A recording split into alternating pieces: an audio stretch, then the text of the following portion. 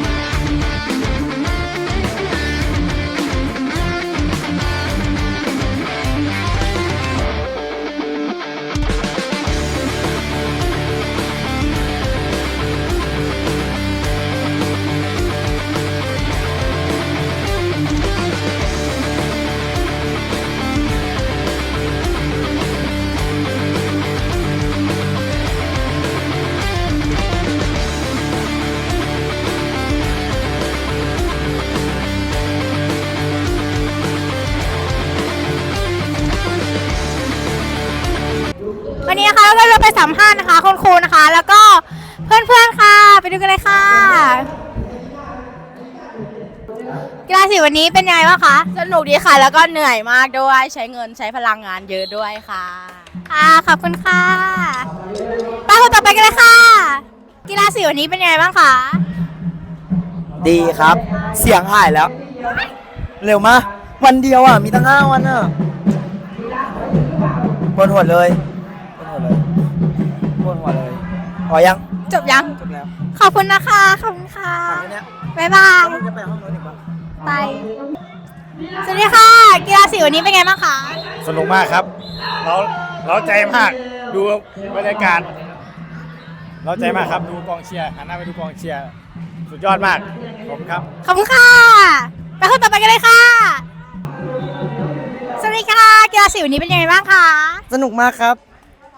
ครับ สนุกครับ แล้วก็หัวเข่าแตกด้วยครับ ไว้เจ็บไหม เจ็บอยู่ครับ สู้ๆนะคะ ขอบคุณนะคะ บ๊ายบาย